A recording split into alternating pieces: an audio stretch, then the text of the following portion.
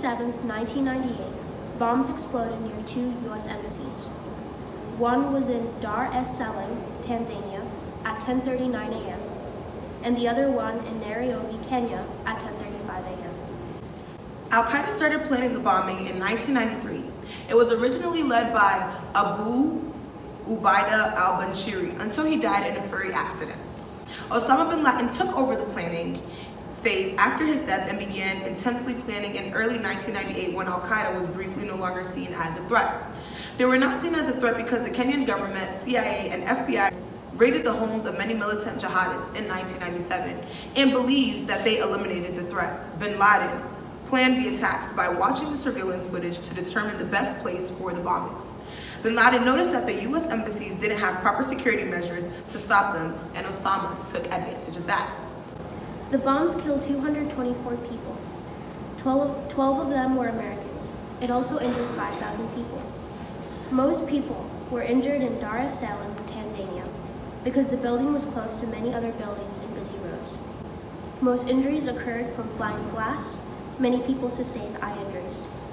People in their vehicles in the surrounding areas were killed, and a 7-story office building nearly collapsed. These bombings were a global terrorist operation. Terrorists from all over the world helped facilitate the bombings. The bombings were acts that symbolized the recent joining of the Egyptian Islamic Jihad and Al-Qaeda. Content check. When did Al-Qaeda start planning the attacks? A, 1998, B, 1993, C, 1997, or D, 1995? Take about 30 seconds to think.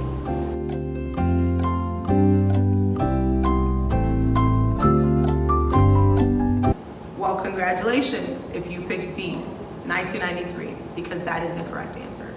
The attack also propelled Al-Qaeda's future into the top 10 most wanted threats in the U.S. U.S. efforts to retaliate the bombings of Al-Qaeda were unfortunately unsuccessful and effectively helped the Taliban and Al-Qaeda work together by emphasizing the Taliban's belief that the U.S. was trying to destroy them. The U.S. retaliation effort in Afghanistan promoted Afghan nationalism, which made it harder for Taliban leaders to surrender Osama bin Laden. Content check. What list did attacks push Al-Qaeda onto? A, FBI most wanted list. B, Egyptian's government most feared group list. C, the top 10 threats to U.S. security list. D, Saudi Arabia's most dangerous criminal list.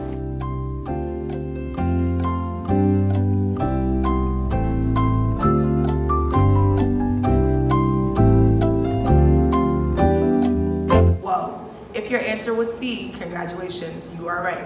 The top 10 threats of the U.S. security list. In 1998, before the U.S. Embassy bombing, the Declaration of the World Islamic Front for Combat Against Jews and Crusaders was created. This document listed out the terrorist group's reasons and provided justification for their terrorist actions against the U.S. The declaration stated, first, for over 7 years, the United States has been occupying the lands of Islam in the holiest of places, the Arabian Peninsula, plundering its riches, dictating to its rulers, humiliating its people, terrorizing its neighbors, and turning its bases in the peninsula into a spearhead through which to fight the neighboring Muslim peoples.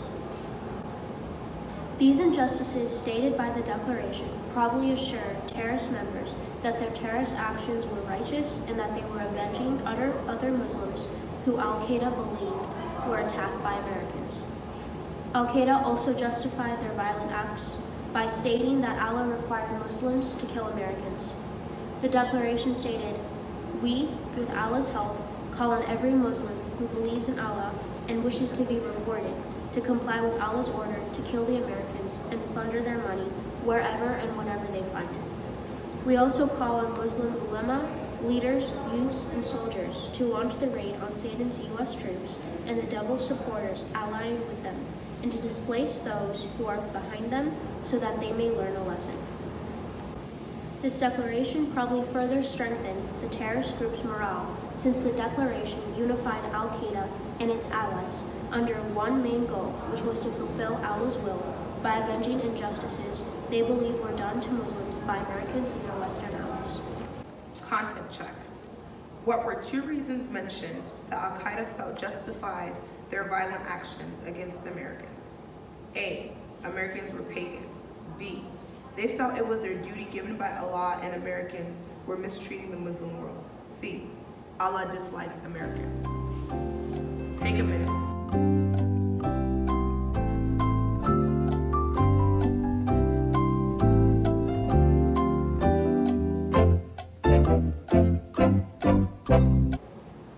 And if your answer was B, congratulations, it was correct.